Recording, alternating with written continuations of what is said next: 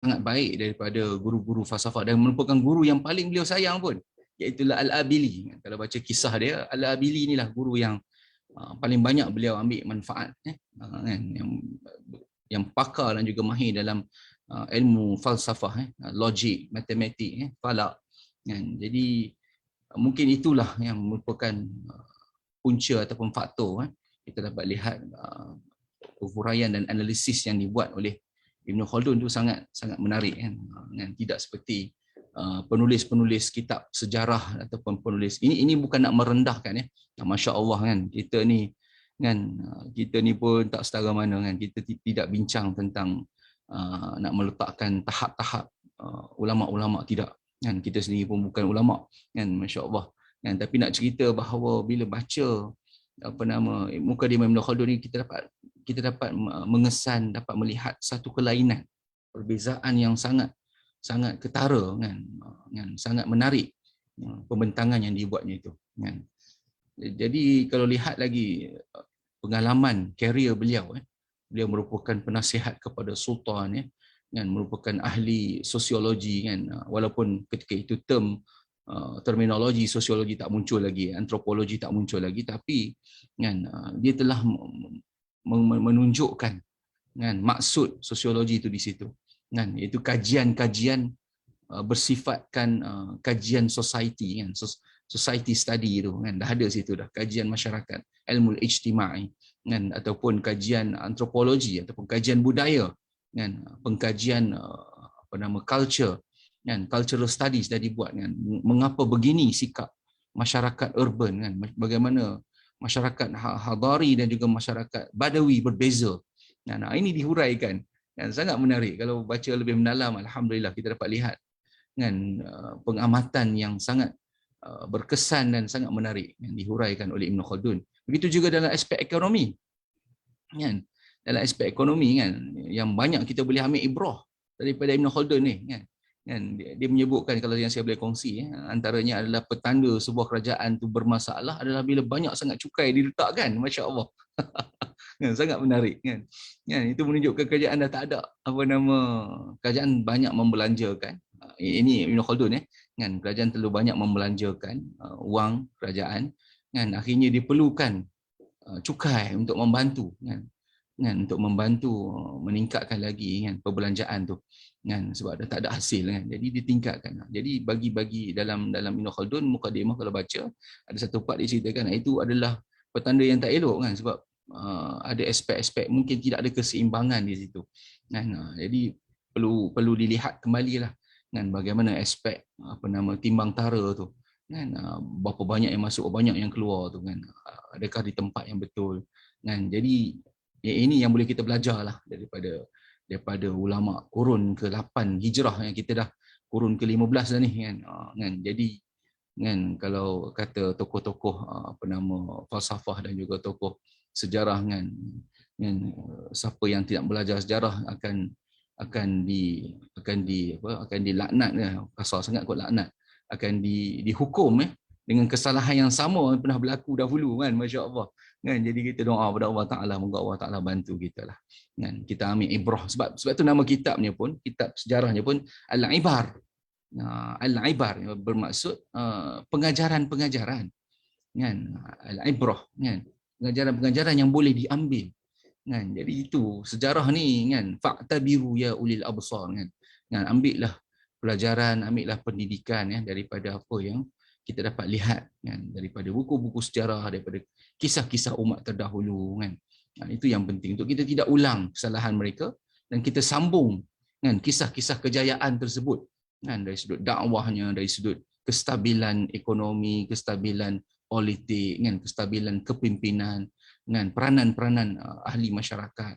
Ini diceritakan oleh Ibn Khaldun, Masya Allah, kan, peranan seorang raja, peranan pembesar, peranan rakyat, kan, peranan tentera, kan, sangat menarik. Dan selain daripada menjadi seorang yang membincang tentang ekonomi, beliau juga adalah seorang historian. Ini tak dapat dinafikanlah, kan. Dia adalah muarrikh, kan, historian, kan, dan juga qadi, kan, seperti mana saya sebutkan sebentar tadi, kan. Beliau pun akhir hayat beliau merupakan mufti mazhab Maliki di Mesir, kan, di Qahirah, kan. sehingga beliau dikuburkan selepas daripada beliau wafat, meninggal kan, di Qahirah kan, di perkuburan ahli sufi di Mesir sana, di Qahirah sana.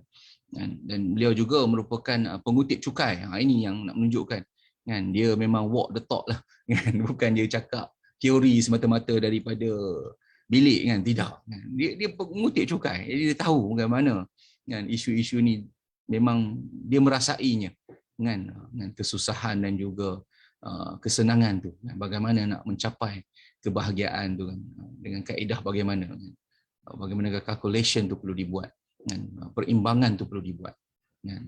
Jadi kalau kita lihat lagi pengembaraan beliau berdasarkan autobiografi yang beliau nukilkan, yang kongsikan dalam bab terakhir dalam kitab tarikhnya, ini antara yang menarik dengan Ibn Khaldun ya kan. Ada setengah tokoh kita dapat lihat cerita tentang mereka daripada mulut anak muridnya ataupun orang lain kan. Tapi Ibn Khaldun kita dapat lihat ataupun mengetahui tentang dirinya daripada mulutnya sendiri, daripada tulisannya sendiri yang diletakkan di bahagian terakhir dalam kitab tarikhnya kan, dalam jilid terakhir tarikhnya kan, diceritakan tentang diri dia sendiri kan. Sebab dia tahu bahawa akan ada penyelewengan, akan ada cerita tokoh tambah apa semua, jadi dia tulis sendiri kan. Ini akan saya ceritakan nanti ya.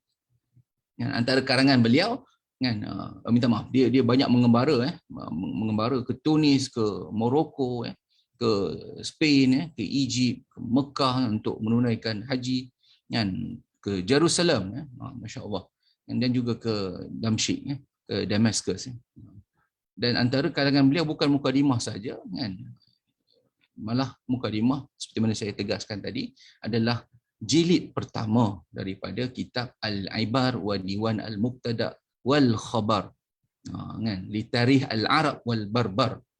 Tu nama penuh panjang kan, tapi kita ringkaskan kitab Al-Ibar lah, kitab berkenaan dengan pelajaran-pelajaran daripada umat terdahulu kan. Dan juga kitab Lubabul Muhassal, ini adalah ringkasan bagi ilmu kalam daripada Muhassal Afkar Mutaqaddimin wa Mutaakhirin oleh Imam Fakhruddin Ar-Razi kan. Jadi dia buat mukhtasar dinamakan Lubabul Muhassal. Dan apakah apakah isi penting, parti penting daripada kitab kalam yang bernama Muhassal Afkar Mutaqaddimin Mutaakhirin Dan juga Syifa Usail yang merupakan kitab berkenaan perbahasan isu-isu dalam tasawuf dan juga banyak lagi kitab-kitab beliau Beliau meninggal pada tahun 808 Hijrah dan bersamaan dengan 1406 Masihi.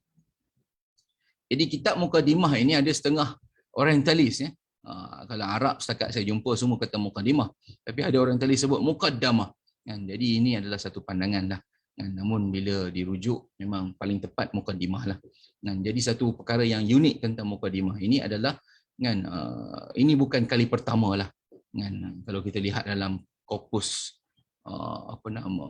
epistemologi dan juga kehebatan ilmuwan Islam kan, ramai lagi ulama yang menggunakan nama Mukadimah untuk kitab mereka.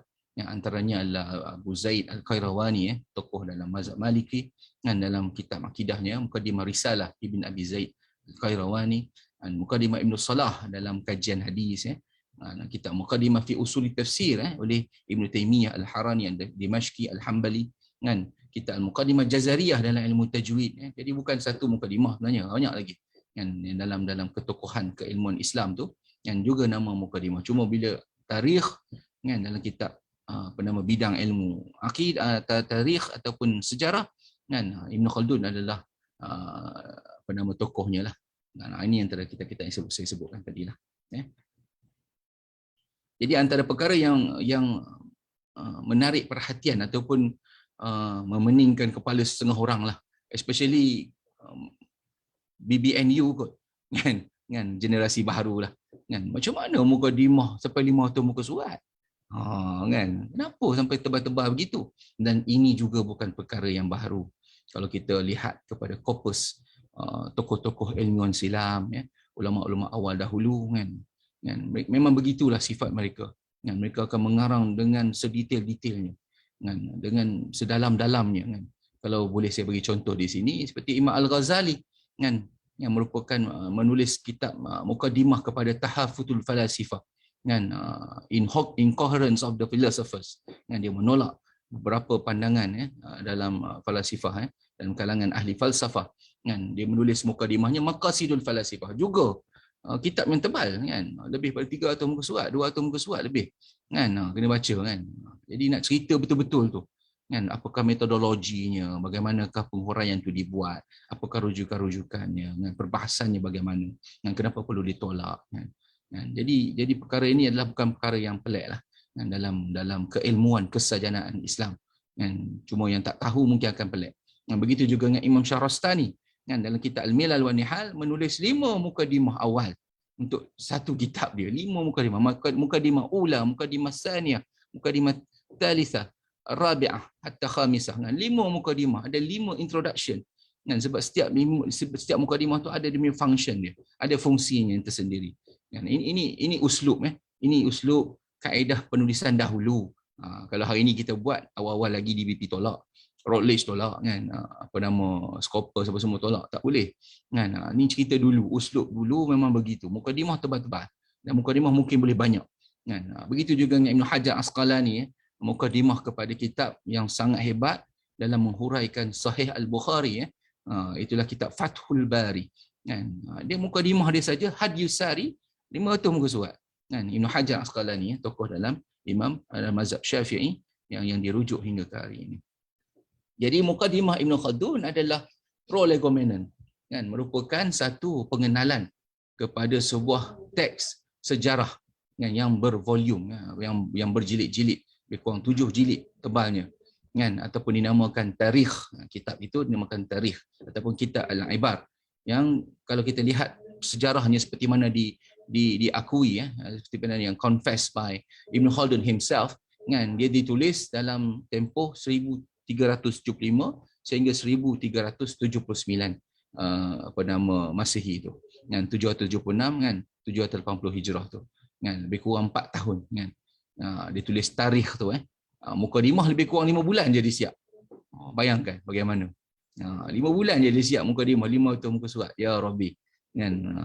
Yang selebihnya, tapi dia memang dia uzlah lah kan, dia pergi ke satu tempat yang fortress satu tempat perlindungan, istana Qal'ah Abi Salmah nama dia kan. Dia berlindung di situ, dia duduk di situ lebih kurang 4 tahun dan dia siapkan kan, masya-Allah dapat siapkan tarikh Ibn Khaldun ni kan, ataupun kitab Al-Ibar kan. Sehingga pengiktirafan tu bukan hanya kita saja berikan ulama Islam, tapi orientalis yang mengkaji kan.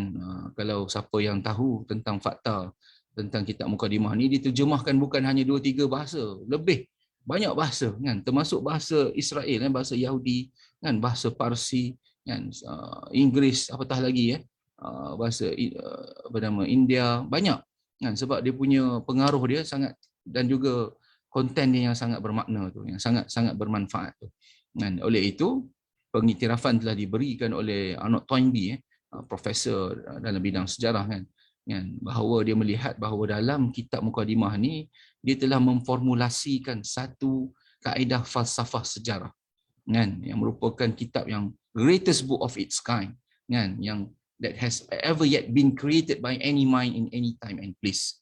Sangat unik kan, pengiktirafan diberikan oleh Toynbee kepada kitab ini.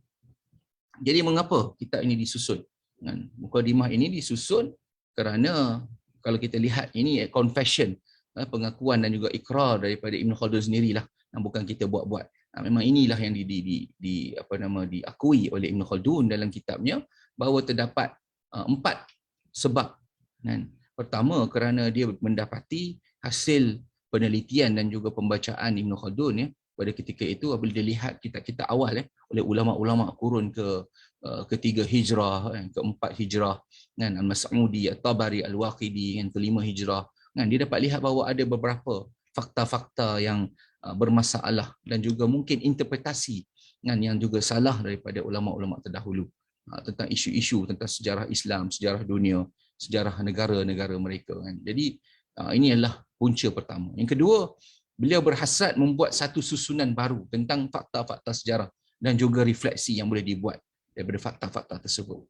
Yang ketiga adalah untuk memfokus kan, memberikan fokus kepada sejarah bangsa Arab dan juga Barbar di Maghrib kan, yang kurang dibahaskan oleh ulama-ulama awal terdahulu kan, banyak fokus kepada Arab sahaja ataupun bangsa Yahudi Israel saja kan, ataupun bangsa Parsi kan. Jadi Ibn Khaldun dia fokus kepada watannya lah kan, kepada Morocco tu kan, yang ada terdiri daripada kaum Arab dan juga kaum Barbar kan. Termasuklah tentang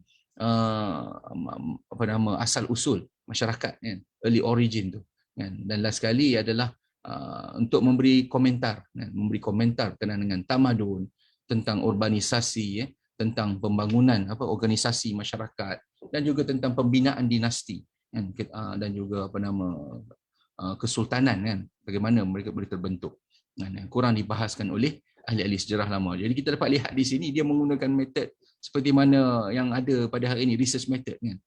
Kena ada problem statement tu kan, tak boleh pengulangan kan. You cannot reinvent the wheel tu kan.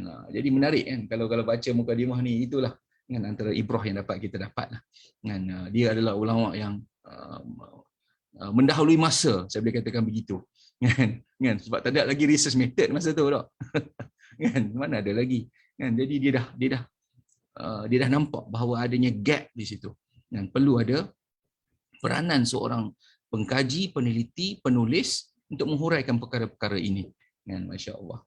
Jadi kandungan utama kitab Ibn Khaldun dan mukadimah beliau kan, dia ada satu opening kan, pembukaan, dan juga satu mukadimah kepada mukadimah kan, dan juga terdiri daripada 6 bab. Dalam mukadimah kepada mukadimah itu dia bagi pada 3 bahagian untuk cerita. Tadi itulah dia cerita kenapa dia asbab penulisan ni, kenapa. Dalam first chapter babul awal dia ada 6 prefaces, ada 6 dia punya permulaan tu kan. Dan daripada chapter 2 hingga chapter 6 dia ada 194 sub chapters, banyak tu kan. 194 sub topik yang sub bab kan, untuk bincangkan pelbagai isu kan. Jadi antara kandungan generalnya kan, khutbatul kitab atau dibajah ataupun iftitahiyah kan, inilah dia tahmid dan juga selawat kan, dan juga diikuti dengan muqaddimah fi fadli ilmi tarikh kan, introduction of the book kan, on the excellence of historiography kan, tahqiq mazahibihi kan, wal ilma' lima ya'ridu lil mu'arrikhin min al maghaliti wa zikri syai'in min asbabiha. Nampak dalam introduction inilah yang diceritakan tentang apresiasi ataupun penghargaan kepada pelbagai kaedah dalam penulisan sejarah dan juga beberapa contoh kan, kesalahan-kesalahan yang telah dilakukan oleh ahli sejarah awal dan ahli sejarah sebelum beliau dan juga berapa pandangan beliau tentang mengapa kan kesalahan-kesalahan ini berlaku. Kan dibahagi kepada 3 bahagian. Dan seterusnya al-faslul awal, chapter 1 tentang fil umran al-bashari 'ala al-jumlah. Dia ceritakan secara umum dahulu kan, human civilization in general, tentang jenis-jenisnya tentang manakah tempat-tempat di muka bumi ini yang telah dibangunkan kan, umran bashari ini human civilization ini. Dan chapter 2 al-faslus tsani kan, tentang al-umran fil umranil badawi wal umam al-wahsyiyah wal qabail.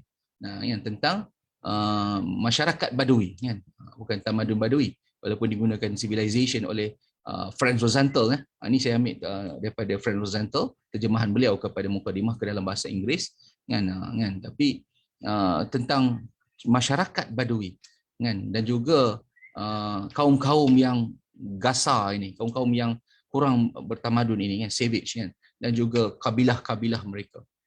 Okey. Seterusnya dalam faslus salis fi duwalil amah kan, tentang raja, tentang khilafah dan juga ranking kesultanan dalam kerajaan tu. Okey, ini yang dibincangkan dalam bab yang ketiga dalam kitab muqaddimah. Wa ammal fasl rabi' fil buldan wal amsar wa sa'il umran. Tentang negara-negara, tentang bandar-bandar dan juga tentang pelbagai isu berkenaan dengan umran, tentang civilization. Al-fasl khamis fil ma'ash wa wujuhu min al-kasri was sana'i, tentang penghidupan, tentang pekerjaan, tentang apakah kaedah untuk kita membangunkan hidup ni, dan juga kaedah-kaedah untuk bekerja dan juga perindustrian tu, bagaimana sana'i kan, untuk mendapatkan hasil dalam kehidupan kan. Tak boleh duduk saja kan, nampak dibincangkan oleh Ibn Khaldun kan, bagaimana nak membangunkan negara, membangunkan masyarakat kan, kaedah-kaedah tu. Al-faslus sadis, ini yang terakhir kan, fil ulum wa asnafiha wa ta'limi wa turukihi wa sairi wujuhihi kan, berkenaan dengan ilmu-ilmu yang ada dalam tamadun dan juga asnafnya. Asnaf makna kata dia punya levels dia punya maratibnya, dan juga tentang pengajaran dan juga kaedah pengajaran dan juga pelbagai isu yang berkaitan dengan pengajaran. Jadi ini adalah antara rujukan yang telah saya buat. Wallahu alam rasa ada masa lagi ke pengurusi?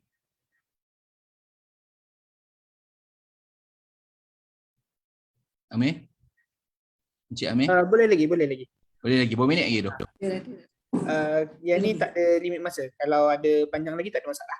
Oh ya ke? Saya diberitahu oleh Dr. Zaini tadi kena jaga masa, dia kata. Ni link baru. Tu dah stop tu.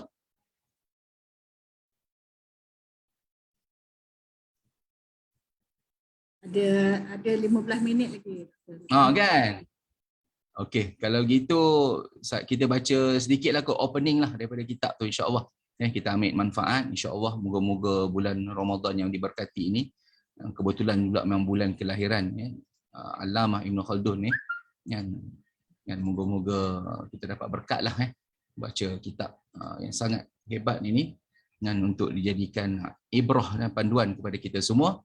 Jadi sedikit istifadah dengan apa nama daripada karya agung oleh ulama yang hebat kan. Jadi baguslah, saya pun seronok bila dapat maklumat bahawa nak dibuat program ni kan, sebab pengalaman kita lah prof semua ahli kan, bila berada di negara luar kan, kita kadang-kadang seronok pun ada. Bila negara luar tu kita nampak mereka seronok dengan karya-karya ulama kita kan, saintis kita kan, profesor kita kan, tokoh-tokoh ilmuwan kita kan, dia kan, yang bahasa Melayunya, yang bahasa Arabnya kan. Dan yang saya fokus ni tentang orientalisme lah kan. Bila ada kesempatan masa saya ke Oxford tu kan, dapat lihat kan mereka kan baca kan, malah di tempat yang saya pergi tu, Center for Muslim Christian Studies tu kan, ada yang boleh berbahasa Melayu, bahasa Indonesia kan, 2-3 orang kan. Dan mereka memang bawa balik kan kitab-kitab karangan ulama kita kan, dikaji kan, disimpan kan, dijaga elok-elok dan diterjemahkan kan, dan diulas pula kan, masya-Allah kan. Termasuklah Ibn Khaldun ni kan, malah Quran mushaf yang terawal pun ada di Birmingham, tak silap saya kan, di Birmingham kan. Mereka sangat menjagalah bagi saya kan, semangat mereka untuk mencari ilmu tu kan. Jadi moga-moga kita di alam Melayu ni kan, bukan hanya di USIM saya kata alam Melayu, Nusantara Melayu ni, kita jagalah kan turas-turas alam Melayu turas-turas Arab turas-turas dalam bahasa apa pun lah kan. Kalau saya sempat belajar dengan guru saya dulu, Dr. Syamsul Bahri Andi Galigo kan, Lontara itu karangan ulama ataupun tokoh-tokoh ilmuwan dalam Bugis kan.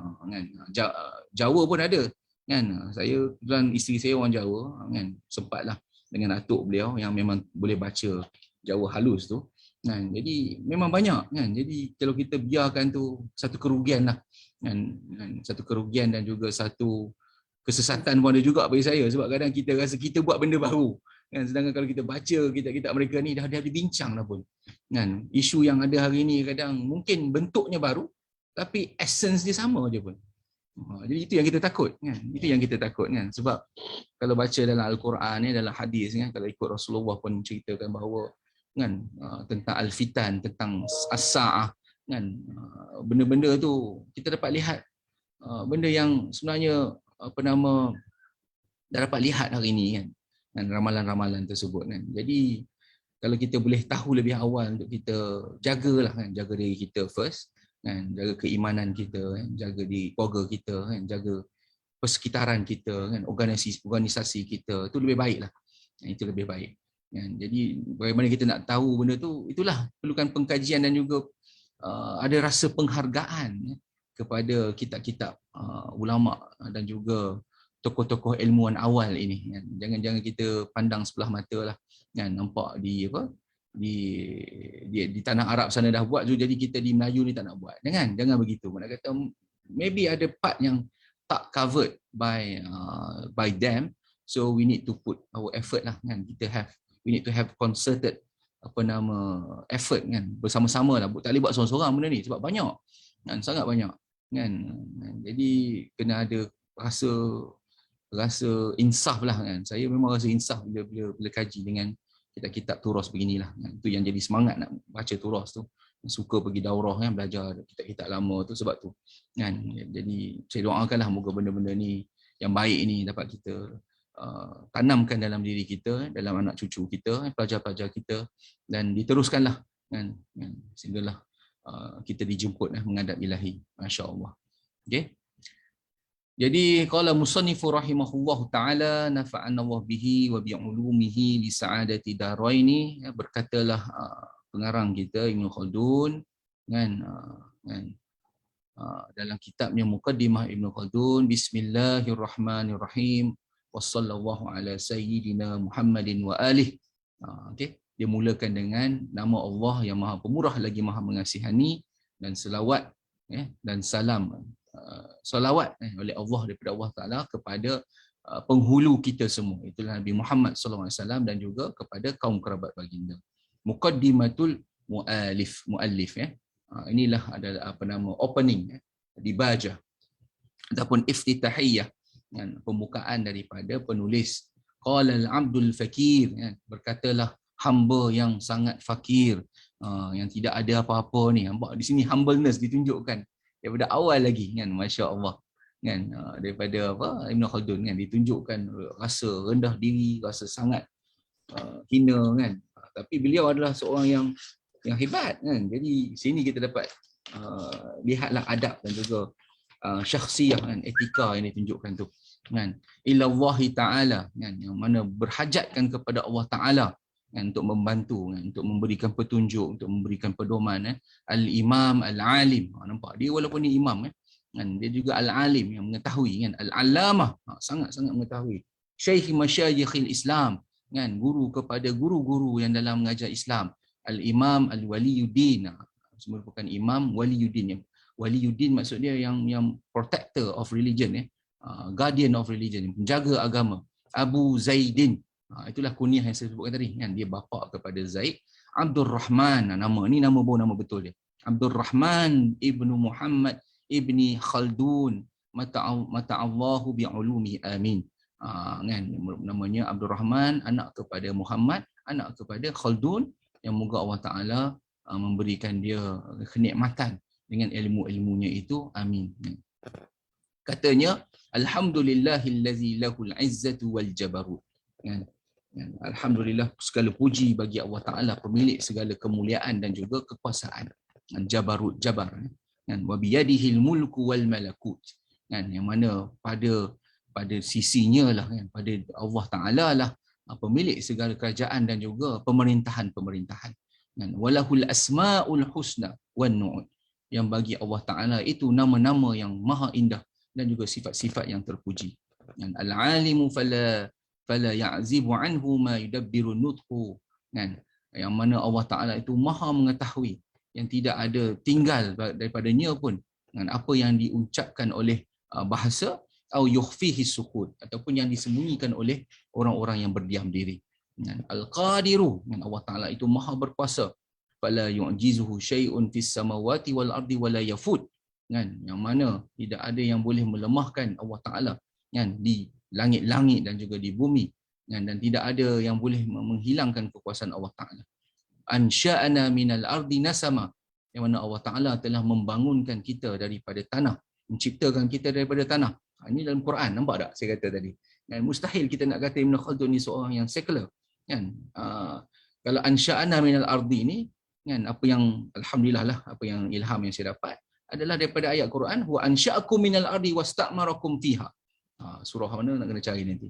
Dalam Quran kan, Allah Ta'ala menciptakan kita daripada bumi dan juga memerintahkan kita untuk memakmurkan bumi kan. Wa ansha'akum minal ardi wasta'marakum fiha. Ansha'ana minal ardi nasama, Allah Ta'ala menciptakan manusia kita ni sebagai manusia kan, dalam bentuk ada peribadi, ada nafs kan, wasta'marana, nampak dia sambung, wasta'marana fiha ajyalan wa umama, dan juga memerintahkan kita untuk memakmurkan bumi, kan, dalam bergenerasi dan juga dalam umat-umat yang pelbagai, kan, wa yassara lana minha arzaqan wa qisama, yang memudahkan bagi kita untuk mendapatkan rezeki-rezeki dan juga bahagian-bahagian rezeki lah, nikmat daripada Allah Taala, kan. Taknufuna al-arhamu wal buyut, yang mana melindungi kita rahim-rahim ibu kita dan juga rumah-rumah yang melindungi kita, tempat kita tinggal, tempat kita tidur. Kan asal kita kan mula-mula dilahirkan tu kan kita tidur di rahim ibu kita, kan, kita dilindungi di situ, diberikan makanan, kan, selama 9 bulan, kan, kurang ataupun lebih, kan, dan juga di rumah-rumah lah sampailah kita menghadap dijemput oleh Ilahi, kan. Itulah tempat perlindungan kita sementara kita hidup di bumi ini.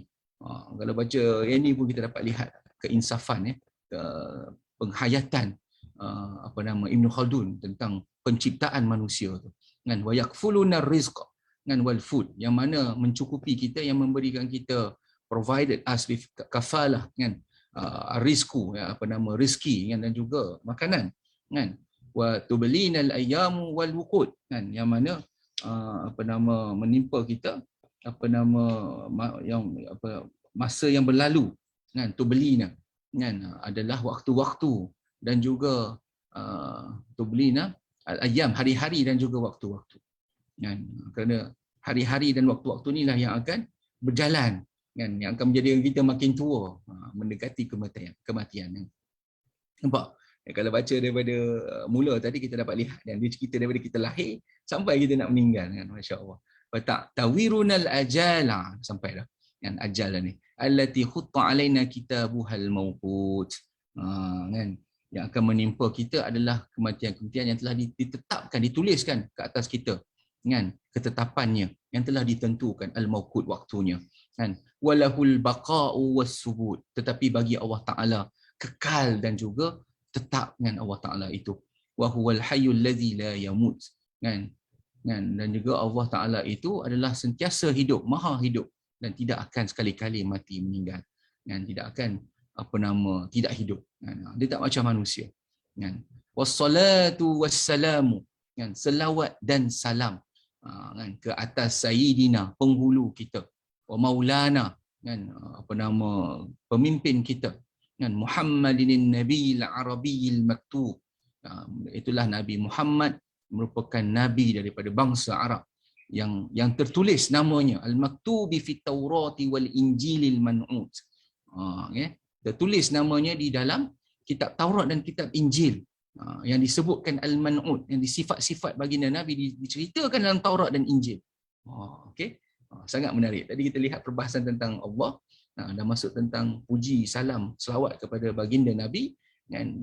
Dicerita pula bukan hanya refer pada Al-Quran dan hadis, tapi pada Taurah dan Injil. Ini menunjukkan bahawa kajian yang dibuat oleh almarhum Ibn Khaldun melampaui kitab-kitab agama lain pun, kan. Allazi tamakhada litisalihi al-kaunu qabla an tata'aqaba al-ahad was-subut. Masya-Allah, kan, yang mana di tamakhada, kan, mana kata tidak akan berakhirnya waktu ni, yang mana lahirnya Rasulullah ini, kan, alam ini, kan, qabla an tata'aqabal ahad was-subut, ahad-ahad dan juga Sabtu-Sabtu, kan, nak cerita bahawa Rasulullah ini memang dah ditakdirkan penciptaannya daripada awal lagi, kan, daripada awal lagi, daripada Allah Taala lagi dah ditetapkan memang akan lahir Nabi Muhammad, Nabi terakhir ni, kan. Wa tabayana zuhalu wal yahmut, yang mana berpisahnya Zuhal ataupun Saturn, dalam bahasa Inggeris, daripada Yahmud, dunia, kan.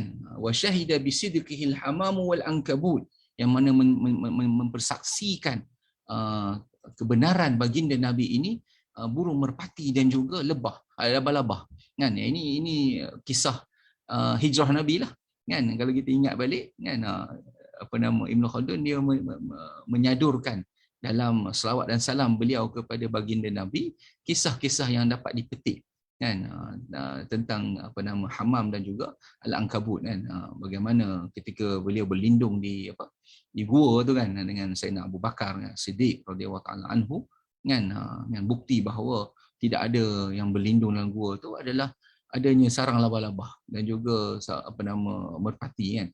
Wa ala alihi wa ashabihi allazina lahum fi mahabbatihi kan, dan juga selawat dan salam dipanjangkan kepada kaum kerabat baginda Nabi sallallahu alaihi wasallam dan juga para sahabat baginda kan, kerana kedudukan mereka tu yang dekat karib bersama berjuang, bersama berdakwah, bersama melindungi baginda Nabi itu kan. Kita tak sempat kan dengan Rasulullah, tapi kita bawa sekali panji-panji Islam tu kan untuk kita bawa bersama kan, ajaran baginda sunnah Rasulullah tu kan, yang mana bagi mereka adanya rasa kasih sayang kan kepada baginda Nabi kan, wattiba'ihil asarul ba'id wasib kan, yang mana mereka mengikut kesan-kesan daripada baginda Nabi sejauh-jauh yang mungkin dan juga sangat-sangat dapat dilihat kan. Wasyamlul jami'u fi muzaharatihi, dan juga terdapat syamlul jami' mana kata kekuatan ataupun kebesaran yang lengkap kan dalam menyokong baginda Nabi sallallahu alaihi wasallam. Wa li'aduwihim asyamlus syadid kan, tapi bagi mereka yang memusuhi baginda Nabi sallallahu alaihi wasallam, bagi mereka adalah perpecahan. Okey, mereka akan berpecah, akan hancur kan. Sallallahu alaihi wa alaihim, maka selawatlah Allah Taala ke atas baginda Nabi dan juga ke atas semua sahabat dan juga keluarga baginda. Mattasala bil Islam jadduhul mabkhut, yang mana mereka ini dalam mengamalkan Islam dengan bahagian yang sangat besar kan, dalam bahagian yang sangat besar dalam kehidupan dan juga amalan mereka. Wan qata'a bil kufri habluhul mabtut, manakala mereka yang memutuskan daripada Islam dengan kekufuran, maka bagi mereka ibarat seperti tali yang tak akan bersambung kembali. Kerugianlah maksudnya. Ni uslub mana kata tak ada apa-apalah orang yang putus putus daripada ajaran Islam ini, dan habluhul mabtut, dan tak ada apa-apa dah, putus habis, rugi. Dan wasallama katsira. Masya-Allah. Jadi boleh kita tangguh dulu setakat tu. Dah pukul 12 dah ni. Kami pun di FKP ni kita ada tadarus ni, insya-Allah. Dan juga tazkirah sebelum zuhur nanti. Boleh Cik Amir? Saya serahkan balik kepada Cik Amir. Okey, boleh. Sekali lagi diucapkan terima kasih kepada Dr. Wan Muhammad Fazrul atas perkongsian info dan ilmu lah kalam munjid atau dari kitab Muqaddimah Ibn Khaldun. InsyaAllah. InsyaAllah semoga semua yang hadir dalam live ni dan dalam live yang kita buat di Facebook. Lain dia putus saya rasa. Dengar kan? Tak dengar. Oh, tak dengar. InsyaAllah harapnya semua hadirin yang hadir dalam Zoom dan juga di live Facebook dapatlah sedikit sebanyak input daripada perkongsian pada pagi ini. Dan insyaAllah kita akan tangguh majlis kita pada hari ini dan akan bersambung lagi insyaAllah di minggu hadapan dengan sekali tasbih kafarah dan suratul Asr. Subhanakallahumma wa bihamdika asyhadu an la ilaha illa anta astaghfiruka. Bismillahirrahmanirrahim. Wal 'asri illal ladzina amanu wa 'amilus solihati wa tawassaw bil haqqi wa tawassaw bis sabri. Sadaqallahul azim. Terima kasih, minta maaf lebih kurang. Masya-Allah. Selamat berbuka nanti. Okey, terima kasih kepada doktor dan semua yang hadir. Assalamualaikum. Assalamualaikum warahmatullahi taala wabarakatuh. Terima kasih Dr. Wan. Terima kasih semua. Terima kasih Prof. Terima kasih semua guru-guru. Terima kasih Doktor. Afwan. Dr. Syala daripada FKB pun ada tu.